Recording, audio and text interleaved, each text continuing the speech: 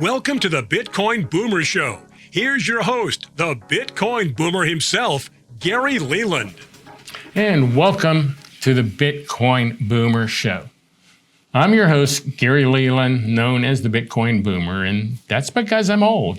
That's because I'm a boomer. Now, this show is for anyone. You don't have to be a boomer to enjoy the show. It's just the Bitcoin Boomer Show because I'm the boomer. Anyone who's interested in Bitcoin will find this show helpful. We bring on guests to talk about Bitcoin, to educate you about Bitcoin, to make you aware of what Bitcoin is and what's happening in the world of Bitcoin. We're not trying to sell you any Bitcoin. That's not our goal. Our goal is to educate you by bringing on people who know more about Bitcoin than possibly I do, and that I can learn from at the same time. I want to thank our producer, Stephanie. She's doing a great job as always. This is season 3, episode 2. Thank you, Stephanie. Welcome. It's been fun. Yeah, it's been fun. We're going to hopefully season 3 turns out better than season 2, which was definitely better than season 1. So we're on kind of a roll now. I do want to make sure you know that today's guest, tell them about today's guest, is Doug Morton from South Carolina. Doug Morton runs the South Carolina Bitcoin Initiative, I believe it is, Charleston, South Carolina meetup, and many other things. You've done the research on Doug for us? Yeah. Okay, so, give us some kind of clue here, what we're doing here. I know his name's Doug, so that's a good start. That's a great start. It's BTC Retail X is what I wrote down, and Brews Bitcoin. And I saw somewhere too that he might be working with an indigenous nation called Catawba. So that was interesting. If you can ask him that, I'm curious.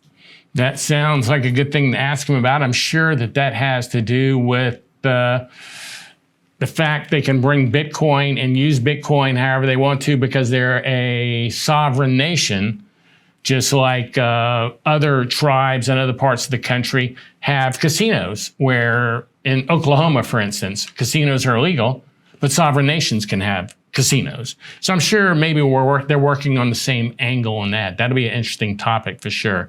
And Doug runs BTC Retail X. He heads up the Charleston, South Carolina Bitcoin meetup group, does a lot of things. And it's a big in going to El Salvador, I believe, too. So please stay tuned. We'll be back in just a few minutes with Doug from BTCX Retail, Doug Morton, and we'll talk about Bitcoin, we'll talk about money, we'll talk about South Carolina, we'll talk about the sovereign nation, and I can't pronounce the name of the tribe, so I'm just saying the sovereign nation in South Carolina. We'll be right back after these words from our sponsor. I love coming to BitBlockBoom because it's like Mecca for Bitcoiners. Like, everybody here is like part of the hardcore like inner sanctum. You just have these conversations with everybody where like you can see it in their eyes that they believe the same things that you believe. You come to BitBlockBoom once, you're going to come every year.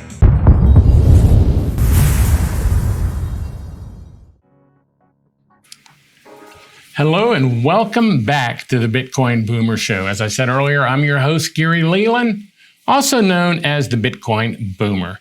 Now, this show is the Bitcoin Boomer Show, not because it's for boomers, but I'm a boomer. We like to talk about Bitcoin, of course. Now, today's show, we have Doug Morton from South Carolina, creator of BTC Retail X, fellow Bitcoiner, and a friend of mine. He's going to come on and we're going to talk about something that's new to me. So hopefully you find this interesting. Doug, welcome to the show. Hey, good morning. Thank you for having me. Yeah.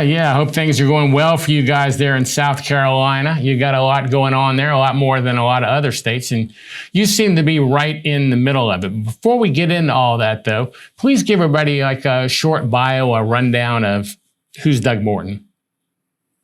Yeah, I'm a techie at heart. I've been doing tech support all of my life, building, starting when I was a teenager, some minor hacking.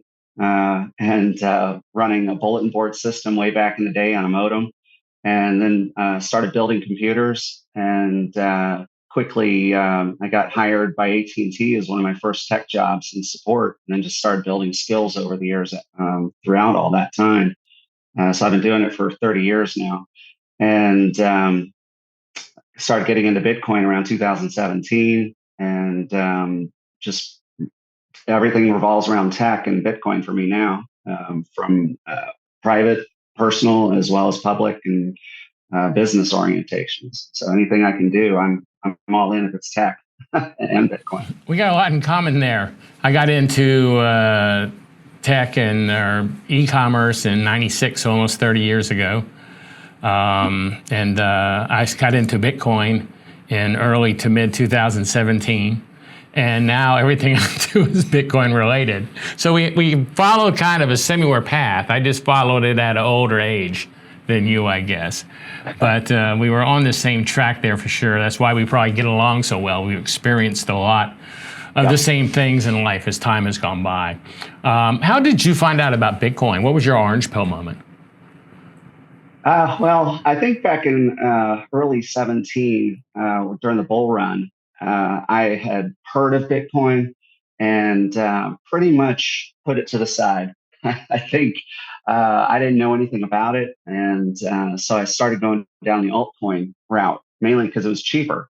Ethereum was out there, and I actually started mining Ethereum for a few months and bought a mining rig and started basically gambling on the altcoins, thinking I would be finding value in the utility of some of these. Because I understood the concept that the altcoins were speculative at best, but I kind of thought, if I'm going to be spending money on these, I'm going to actually find some utility tokens out there that may actually have value.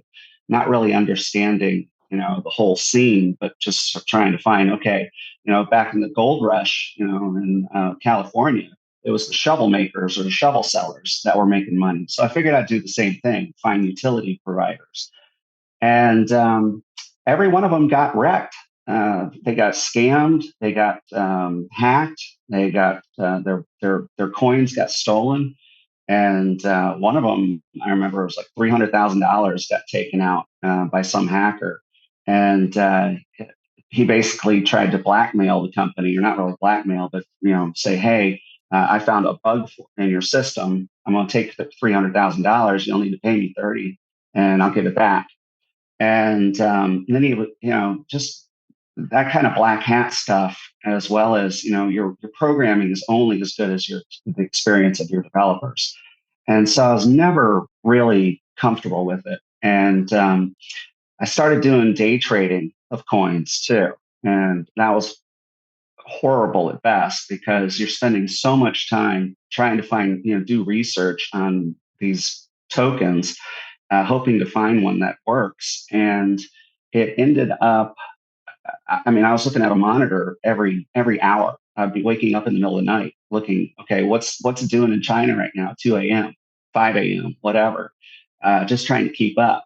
And I ended up stumbling on Gigi, and a tweet of his that basically said, hey, if you're stressed out and you're spending all this time looking at the monitor and just trying to keep up, you're probably in it for the wrong reason. And there's something better out there, this thing called Bitcoin. And here's 21 lessons. And so I kind of the light bulb went off. And I was like, yeah, it sounds just like me. He's speaking to the choir at the moment. Let me figure it out.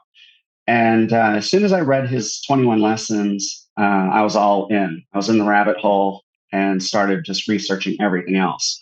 And I'd already sold the Ethereum rig because that thing kept crashing every week. I'd have to, it was very hard to troubleshoot.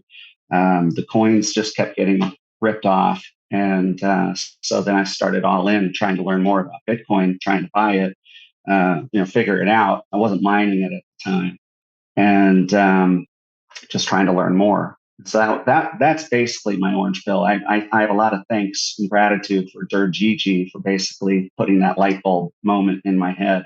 Well, to go all in. You're talking about 2017 there. That was the ICO craze. Mm-hmm. And so many people got crushed in the ICO craze, and I had some crap too. So that was around the time I was getting into it. And I actually think, or at least was then, maybe there's more education now, that was a very easy thing to do, to go, wow, if Bitcoin went from a nickel to $20,000 or 19.9, whatever it hit back then in that year, all I got to do is find one that's a penny or half a penny, and it only has to go to 5 cents. And I can make a lot of money. And I think a lot of people naturally thought that way, and then they all got wrecked slowly but surely, lost everything, whether it was hacked or whether it was just a scam to begin with, or whether it just crashed or whatever. So I think a lot of people learned the hard way on that. You bet. Yeah, and I think a lot of people still learn the hard way on that, though. I don't think people are through trying to think they can go the easy route. But getting into your statement there, their DG, I believe he has the book now, 21 Lessons, right? Which is a good book. I read that about a year ago. Give me your definition of what is Bitcoin real quick. I get all kind of answers on this. I mean, it's amazing how many answers I get on this that are so different. But to Doug Morton, what is Bitcoin? It's such a deep subject that, to put it down into a nutshell from my thinking and how I use it now is that it's freedom and it's empowerment. And I'm more focused on the empowerment part of it because of how I've seen it used outside the U.S., in El Salvador, and then how these emerging markets are building up with Bitcoin as well in Africa, South America, Central America. But we as Americans are, jaded, cynical, and not really needing Bitcoin because we've had the stable dollar. And I'm not going to say that we're not needing Bitcoin. It's more along the lines that 99% of the population out there doesn't really see it as a day-to-day method of payment. Americans are using it as an asset, a growth asset. And when we step outside of the United States and start seeing how it is being used on a day-to-day basis as a method of payment, because for the unbanked that are out there, it's powerful stuff. It's watching the organic growth of Bitcoin at, say, Bitcoin Beach, or how Me Premier Bitcoin is teaching it in El Salvador, how Bitcoin Akasi is doing it in Africa. Bitcoin Lake, all those Philippines. I mean, they onboarded like 250 businesses in the Philippines to take Bitcoin, which is outstanding because their people are seeing these high rates of inflation where we're not experiencing quite the same amount inside the U.S. We're at that quintillion effect where we're as you get away from the creation of the dollar, you're feeling more of the effects of the inflation taking a bite out of your savings. And so I see it as being more important outside the U.S., but slowly, organically inside the U.S. Oh, well, that's a good answer. It's not just Bitcoin's money or Bitcoin's whatever. It's a good answer for that. So I appreciate you giving us a good definition there. Yeah, Bitcoin is... We're jaded here in the U.S. because we have a bank on every corner. That's not the whole world, for sure. We'll be right back after this word from our sponsor.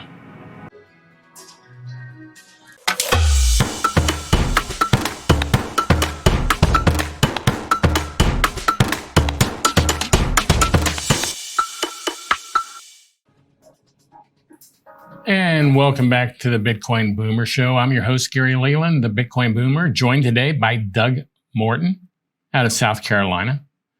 Doug, now when we ended up that session there, we were talking about what is Bitcoin, and I mentioned that you didn't say something like it's just money. So let me ask you real quick, is Bitcoin money? I personally think that it is. I've heard the arguments that people don't want it to be described as money, but I use it as money. Because I'm in the ecosystem, I build on it every day. And so I see it as an asset. I see it as a method of accounting, and I see it as money. Being able to transmit it and send value digitally instantly on Lightning, on chain, a little longer, but I totally see it as money. And all the tools that I'm building on my software and how I use it on a personal basis is all about transmitting value. So I consider that money. Well, now, getting back to something we talked about in the first segment again, and something I saw on your site, on your Twitter page, you had a reference to there's Bitcoin and there's cryptocurrency. Can you tell me the difference between the two real quick? Well, Bitcoin was the original cryptocurrency, but the problem that we run into is that, and just all the negative effects of crypto over the years with altcoin craze, ICOs, and the people getting wrecked. There's a huge negative connotation for the term cryptocurrency, and I totally completely believe that it's on purpose when politicians are bad mouthing Bitcoin, and not really by saying it, but lumping it in with cryptocurrency because of all the fraud out there. Bitcoin itself is not a fraudulent thing. It's a tool. And all the altcoins that are out there being pre-mined, being leveraged, the FTX scandal, the Terra Lunas, the Mt. Gox, all the negativity that you've seen over the years has all been based on something happening by somebody manipulating. And Bitcoin at its core is not that. And even the Fed had sent out a note. It was a letter that was describing Bitcoin specifically in crime use, and that it was minuscule, less than 1%. And they actually made the point in this Fed response to something that Senator Warren had sent out, that by far 99% of the crime out there is by the US dollar, not Bitcoin. And so I still come back to that there's definitely a push to lump Bitcoin in there to make it the bad guy. But to me, it's an amazing technology. And like I said, people are the fraudulent ones, and that's where I see the negative connotation in cryptocurrency, just based on all the fraud that's out there. Well, Bitcoin is only, $500 billion worth of Bitcoin. I don't know how many $1 trillion in US dollars there are. So the odds are there's going to be a lot more crime done with that. Everyone in the world accepts the US dollar, and you don't have to do anything. And it's untrackable. Yeah. Bitcoin is trackable, and a small percent of the population even know what it is. So for people to say that crime is done with that just shows they're either ignorant or they just have another agenda, but they're not telling it like it is. And I heard of a story down in Colombia when the drug business was at a different point, or at cocaine, when they had to drop off so many at the bank, they figured out that $2 million or $1 million or whatever the amount was would fit in a Samsonite suitcase. That you could stuff that up with money, and it was $1 million or so close to it, they didn't care. They had so much money coming in. So they cut the bank windows, the teller windows where you slide the money under, you slide that money under it. They cut that to the size of a Samsonite suitcase. So they could go in the bank and just push suitcases through. Now, that's showing that it's being used for crime when they do stuff like that. Hey, we got about 5 minutes left in this segment, and I want to go over something really kind of quick here. I saw you made a post on it, and I'm hoping you studied it a little bit. You made a post about the IMF and the DCMA universe unveils a universal monetary unit to reinforce banking. Do you know anything about that, or did you just see that and repost it? Hopefully you know something about it. I didn't ask you ahead of time. No, it's okay. It's the CBDC. The CBDC thing is scary to me, and that's what it falls back into. Manipulation of the money, putting expiration on somebody's money through CBDCs, forcing people to spend it, or causing, giving a social score for the usage of a CBDC. And, this ties into IMF. This article that I had posted specifically talked about CBDCs and being able, I don't know if the term was manipulation, but it was definitely a definition of that in this article.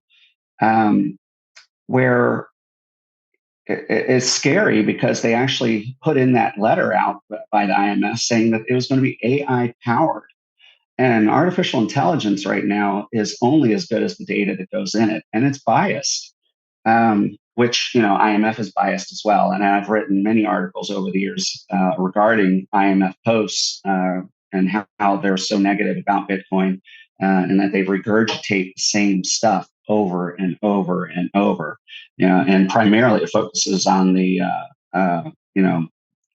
negatives of Bitcoin, from facilitating drug use, money laundering, prostitution, whatever, all the negative things that Bitcoin was purported to be done with, 10 years ago. And so IMF just keeps throwing that out. And now they're incorporating CBDC because they know that they can manipulate it. So if they don't want you spending your money on certain things, and they'll push that. They'll say, okay, you can't spend this CBDC on this. And they'll push the point of sale systems out there to enforce those rules. And if people don't really believe that that can happen, they're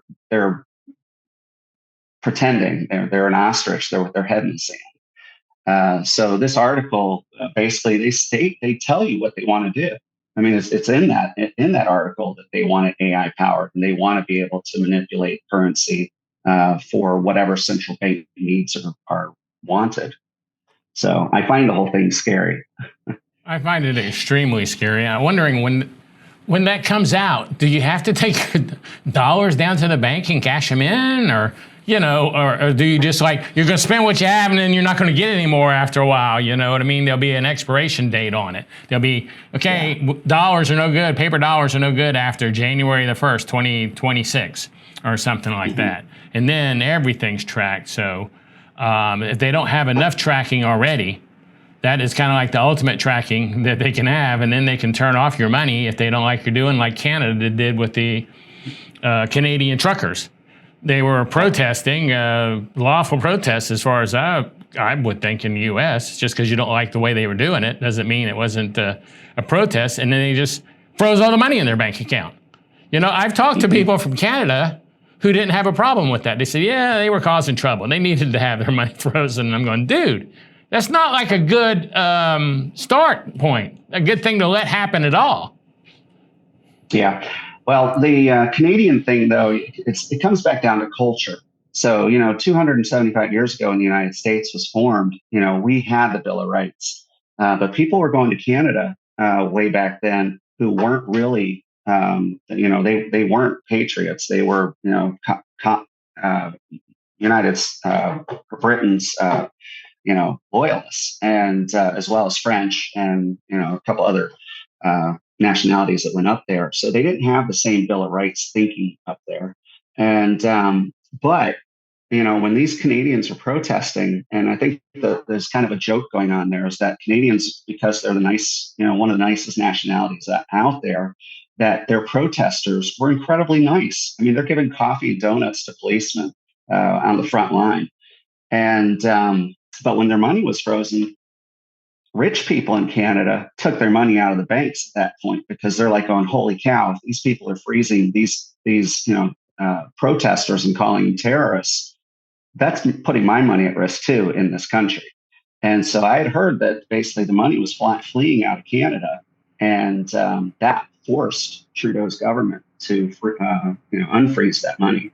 Well, as I say, it's a scary thing, the fact that the president was set. Okay, now we're going to take a break. A word from our sponsor. Please join us. We'll be right back with Doug and a really interesting topic. Thanks. Grandpa, why do you have so much Bitcoin? Well, it all started in the year 2023 when I attended a conference called BitBlockBoom. What's BitBlockBoom, Grandpa? It was a conference where people talked about Bitcoin. This was way back when we used something called the US dollar for money. What? Bitcoin wasn't always the world's money? If it weren't for great speakers at BitBlockBoom like Jimmy Song, Adam Curry, and Preston Pish, we'd all be living in pods and eating bugs. Instead, I was able to avoid fiat enslavement and secure generational wealth. F***ing legend. Be the legend your grandchildren deserve. Experience the best Bitcoin conference out there and join the Bitcoin revolution. BitBlockBoom, the only conference for true Bitcoin maximalists. Book your tickets today at bitblockboom.com and use the code BBB1 for a special discount. Hello and welcome back to the Bitcoin Boomer Show. I'm your host, Gary Leland. Today we have a great show going for you, but before we bring on our guest back on, I do want to remind you, I do this every week. Please tell anyone you know who you think might learn from this show about the show. If you're listening to the podcast, tell them about the podcast. If you're watching the show, tell them about the show. Our goal on this show is to educate you and anyone out there that we can about Bitcoin. We're not selling you Bitcoin. We're just educating you about Bitcoin. So please share this show with your friends. And now, Doug, welcome back to the show. I do want to ask you about a topic. I find this really interesting, and I didn't know about this topic. The Catawba, is that right? Catawba Indian Nation. Is that right? Am I pronouncing that correctly? It's Catawba Indian Nation. Well, if you see any of the people from the tribe, tell them I apologize for destroying the name of their tribe. Tell us about what they're doing. I was not familiar with this at all, and I think this is pretty cool. Yeah, so I'm on the group called the South Carolina Emerging Tech Association, and we're all about a variety of different emerging tech. So Bitcoin is a part of that, but we also talked about the decentralized autonomous organizations, DAOs. We also facilitate Bitcoin mining, energy, and so on. As part of that outreach that we do, or one of the initiatives, is we've stumbled upon Catawba Indian Nation and what they're doing. They've created a digital economic zone. And they're based out of Rock Hill, South Carolina, and it kind of falls over into Charlotte as well in North Carolina. But they've created basically a digital footprint that they want to be the establishment of business and incorporation and compete with groups like Delaware or even Wyoming, and create digital autonomous organizations, business incorporation. And they're also contemplating putting together a Bitcoin bank, similar to what Caitlin Long is trying to do, where assets would be 100% backed. And they've got a variety of press releases that they've been putting out over the past month, talking about these initiatives. And it's basically to show that they're thinking about the future. They're embracing a digital future. And, they want others to see what they're trying to do, to boost their own economy, of course, but to show what's possible. And so they're actually going to be partnering with us, with South Carolina Emerging Tech at Bitcoin Miami in May at our booth. So one of the several initiatives that we're going to be showcasing, basically. So are they doing this just, is there like, I don't know how the nation and the tribe is set up. Is there like an area where people live with, like in El Salvador, and their shops and everything, except Bitcoin now? Or are they going to go to try to do something like that? Or are there shops at all? Or is it just more of the nation, people just live there and it's considered nation land? Well, from my brief understanding is that it's a nation of 3,000 people in Rock Hill. They've got a variety of businesses. I don't believe they've embraced Bitcoin as far as a method of payment. I don't think that's even part of the discussion. I believe what it is that, they're wanting to look at the establishment of a Bitcoin bank, but that also incorporates the economy and trying to build, if that incorporates point of sale systems or payment methods or payment rails, that's all going to be part of the discussion. But I believe the main focus right now is that they want to establish basically a Bitcoin bank. And they also want to do this digital economic zone, facilitating a variety of different technologies, just to help, put that footprint out there.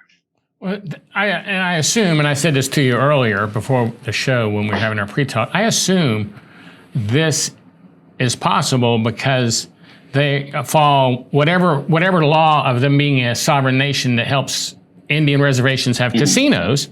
When the state doesn't allow casinos, is the same principle here that they're using. Exactly. And so basically because of that, I guess the U.S. government legally can never come in and tell them to quit messing around with Bitcoin. Well, if you've seen history with Indian nations in the U.S., I believe it was reestablished in like the 60s. That the sovereignty and giving land back to the Indian nations, or it might have even been the 80s actually. There was a point at I think it was either the 40s or the 60s, I just read about it, where basically, the U.S. government was trying to assimilate all the Indians into the U.S. And that meant they were trying to stomp out their native languages. They were trying to stomp out culture. And then like 20 to 30 years later, I don't get the whole background of it, but people started understanding that this is not right. We shouldn't be doing this. And so I believe in the 80s, there was a push to actually get Indian land back to the Indians, as opposed to just like 30 acres. They were given a lot more. And so, it's a tragic history, but that also shows you government doesn't stop. The government will keep taking as much as they can. And it's up to people, resisting in their own ways, whether it's digital, Bitcoin, whether it's freedom, it's rights, whatever you want out of it, to slow down the encroachment of government rules and regulations. And I'm not saying this, in a legal manner. It's more about, the rights are taken because we don't resist. We have our First Amendment rights. We have, the Bill of Rights, and illegal search and seizure. All of those rules are put into place to protect us from government encroachment, but we allow the government to take it bit by bit. And the Bitcoin thing, they'll never stop it fully, but the government will push to on the on ramps and off ramps, and what those are going to be allowed to do will be a problem. So trying to get to the Bitcoin standard as quick as possible is kind of my thinking. But I had seen the other day that there was the White House chief of digital. I can't remember what her title was, but she basically said she wants more miners into the United States so they can actually censor transactions, which is scary. I mean, this was actually coming from a government official saying, yes, we want more miners in the U.S. So we can censor it under U.S. law. And so that there's an active push out there. And so that tells me, okay, we may have like 45% of the mining capability right now. We definitely got to get it outside of the United States to make sure that this stays below 50%. That's interesting. I think it was Mark Moss had a show. I saw it on his show. I can't be sure about that. If the U.S. did decide to take over Bitcoin, they wouldn't necessarily go after everybody's Bitcoin because that would be almost impossible. They would go after the mining and take over all the mining facilities. And then they control 40-something% of the hash power. But according to Mark, that still wouldn't be of course, it's not 50%, so you're not going to do a 51% attack. But they still wouldn't have control of the nodes and everything they'd need. It would still not work out for them. But that's funny, you're saying about the mining machines. I just heard that last week from another person who I consider a smart person on his opinions. And I don't think they could take everybody's Bitcoin like they did gold. Number one, back then, everybody was more of a patriot. And if the president said, we needed your gold, you gladly gave it up, even though they doubled the value of it and you got wrecked, because of it. But I don't see people in today's times being quite as willing to just give away their stuff as they were back in the days of Roosevelt.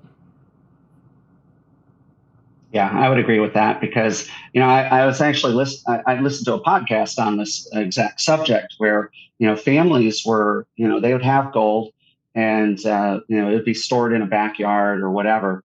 And then, some people would still keep a trinket of gold, maybe a family heirloom or whatever, which was technically illegal. If they had like a $20 gold piece and it was passed, as a wedding present or whatever, they would keep that. Well, I think you could keep legally 4 ounces of gold when it was done, from what I understand. And jewelers could have gold to sell, so you could have gold jewelry since they were allowed to have gold to make jewelry out of. But we'll get right back into that after this word from our sponsor. So please stay tuned. And like I said, please share this show with your friends. Welcome to the Bitcoin Conference Challenge. Today, we're teleporting Bitcoiners like you to 2 different Bitcoin conferences, and you'll get to experience them firsthand. Let's take you to Conference A. It's okay. Some interesting speakers and workshops, but there's a foul odor in the air. What is that smell? Interesting. Now let's take you to Conference B. Wow, this one is amazing. The atmosphere is electric, the speakers are great, and the workshops are fantastic. And the smell.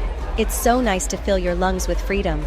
Congratulations! You've just experienced the difference between a Bitcoin shitcoin conference and BitBlockBoom, the longest-running Bitcoin-only conference. Book your tickets today at BitBlockBoom.com and use the code BBB1 for a special discount.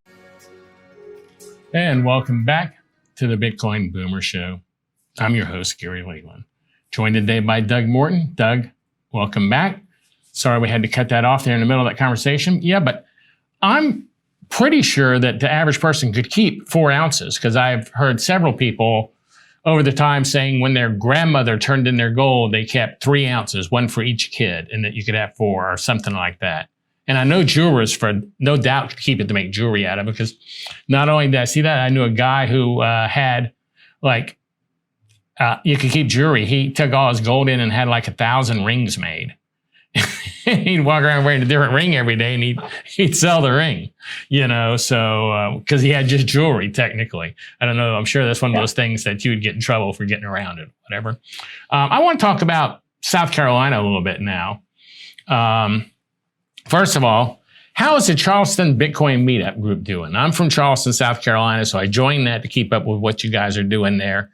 You seem to have a meetup on a regular basis there. How's that coming along? If I ever come to Charleston, I'm definitely going to a meetup group meeting there. So how's that coming along?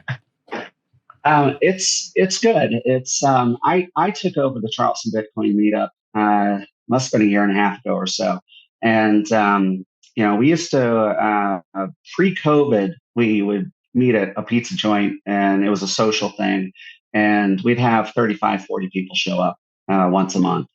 And post-COVID, things changed a little bit, and we ended up having to move a location. So we're currently now meeting on the second Saturday of every month, and we have anywhere from say 10 to 30 people, depending on the topic or if we have a guest. So if we have a politician coming in, or if we have a Bitcoiner coming in that's from out of state, we'll definitely get 30, 35 people show up. But our core group, around 10 to 15 people a month show up. But we also do a variety of pop-up meetings. So we'll do, besides our second Saturday thing, which is a combination of both social as well as an educational topic. So like last month we did a lightning roundtable basically, and passed sats around the table amongst the group that was there. Prior to that, though, we had our Congresswoman Nancy Mace had showed up at one of the Bitcoin Pizza Day last year. To talk about what her initiatives are from a congressional standpoint. But our focus, or at least mine as the leader now, is basically to teach Bitcoin and educate and provide reading material, references, and just guidance as well as interaction, social thing, where we're handing out little Bitcoin book. We're handing out Bitcoin in the American Dream. We're handing out 21 lessons, and but then also trying to get people to think about it more, and also to push out. Every store you go to, say, ask somebody, "Do you guys take Bitcoin?" Simple question starts the conversation.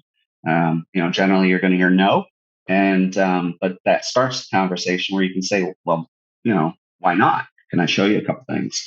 And that's kind of what we're trying to push. Speaking of that, to jump subjects there, when you meet at some place, you ask them to accept Bitcoin.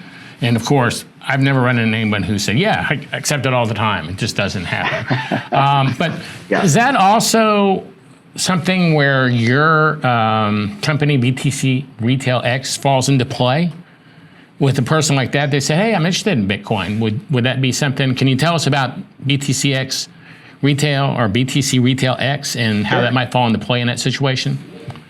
Yeah, definitely. So my professional background is retail point of sale. And so I've been doing it for 15 to 17 years. And so my belief on this is that in order to facilitate Bitcoin as a payment method, we have to have the tools out there. And, a lot of companies are building applications like Strike, Oshi, the Oshi app, doing their own ways of facilitating either as a payment rail or as a gift card. But my background being retail point of sale, I wanted to build a system that would allow Bitcoin to be part of the discussion from a retail owner standpoint. as well as light commercial. So I'll talk a little bit about that. But the system as a point of sale, you need to be able to accept Bitcoin, but you also need to be able to price it. So, if you're taking in $20, but you don't know how many sats that ends up being, it's kind of, a little confusing. And so one of my goals with the point of sale was to show not just the dollar or local currency, but also to show how many sats that equals. So if you have a $20 item, then that's going to be 45,000 sats, whatever the rate is right now. And so it'll show it in the point of sale. It'll show it on the receipts. It'll show it on, however you want to do it. If it's an invoice or it's a work order. And so we're trying to facilitate every Bitcoin tool that's basically out there and throw it into this point of sale system to make it as easy as possible to orange pill a store owner.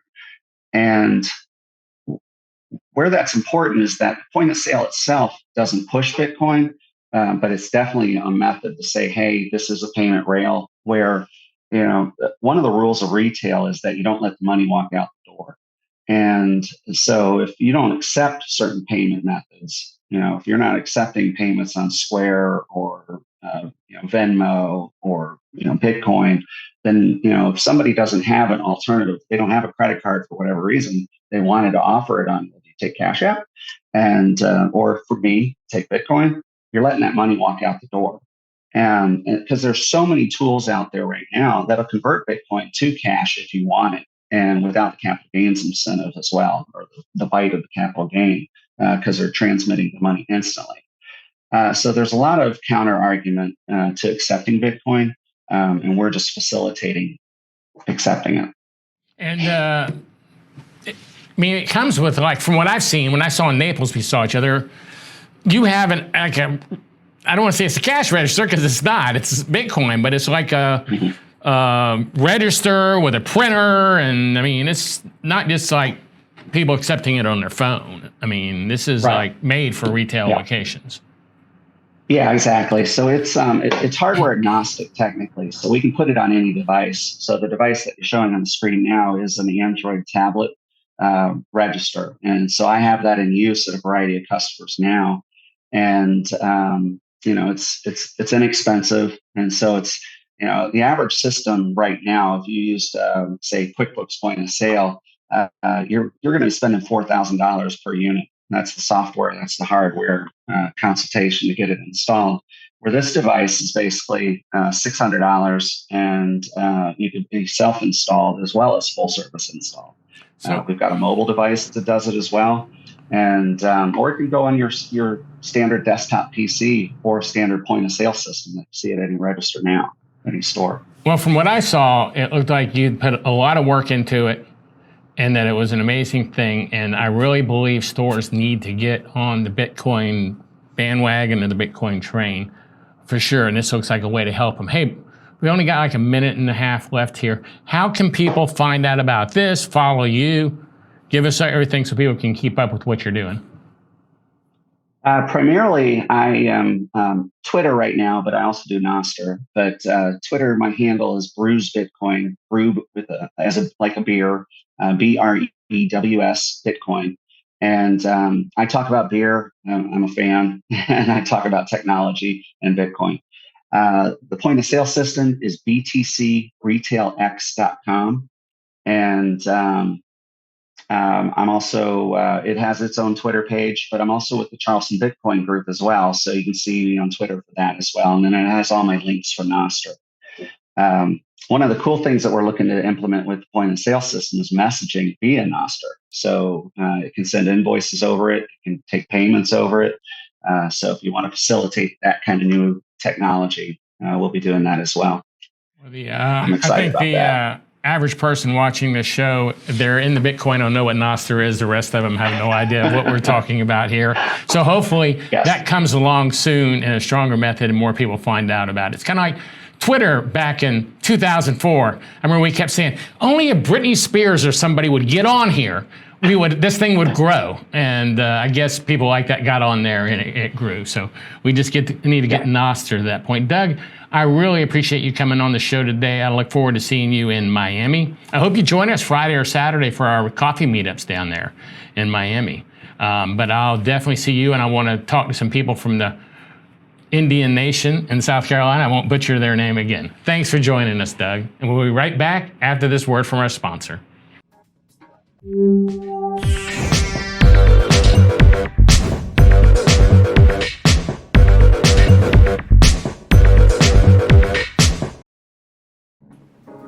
And welcome back to the Bitcoin Boomer Show. Had a great show today. Before we go any further, I do want to say, though, I was just informed that during the show, I referred to the Catawba tribe, which I know I'm calling wrong, as an Indian nation, and that may be disrespectful, and no disrespect was meant. Sorry, I'm just a boomer, and I guess that name word is frozen in my mind, and I shouldn't have it frozen in there, so I apologize to anyone who might have been offended by that. And definitely anyone who knows me knows that was not my intention. Now, I do want to tell you about a few things we have going on. First of all, we have BitBlockBoom. BitBlockBoom is a conference I do every year. It's in Austin. This is our 6th year, and this is the longest running Bitcoin conference on the planet. So if you're interested in Bitcoin and you want to go to Austin, Texas for a 3-day Bitcoin event, check out BitBlockBoom.com. This is a Bitcoin event, not a cryptocurrency event. I also want to tell you about SatsCards at the SatsCardsShop.com. This is a great item to give away Bitcoin. If you want to give Bitcoin as a stocking stuffer, as a birthday present, check out SatsCardsShop.com. You are going to love this item. It's great. It's made by CoinKite, a name you know you can trust. Now, if you're trying to orange pill somebody or teach someone about Bitcoin, as with Doug earlier, he had read articles that became a book called 21 Lessons. Well, I have a book I've written with friends of mine called Bitcoin and the American Dream. So if you're trying to spread the word about Bitcoin, you may want to get a copy of this book. I've had people order 10 and 20 copies so they could share them with people. But check out BitcoinandtheAmericanDream.com. This is a great book. You can read it on a flight. It's not too heavy. It goes over a lot of great subjects written by 8 great Bitcoiners. We were all just really good friends. And also I want to make sure that you know you can follow me on Twitter at twitter.com/Gary Leland. That's where I am most of the time, is I'm on Twitter. And one last thing. I know I'm sharing a lot here, but you need to know, if you're in the Dallas-Fort Worth area, come to one of my meetups. I have a meetup in Fort Worth. I have a meetup in Dallas. We do one in each city every month. Go to meetup.com/BitBlockBoom. In a week, we have a barbecue meetup in Dallas. Great barbecue. So check out meetup.com/BitBlockBoom. I'm your host, Gary Leland, with the help of Stephanie, my producer. Once again, she does a great job, so I need to thank her more often than I do. But and thanks to Doug for coming on the show. And remember, share the show with your friends. That's all I ask. You know, we want to get the word out. We want to educate people. If Bitcoin does what I think it's going to do, you don't want them left behind.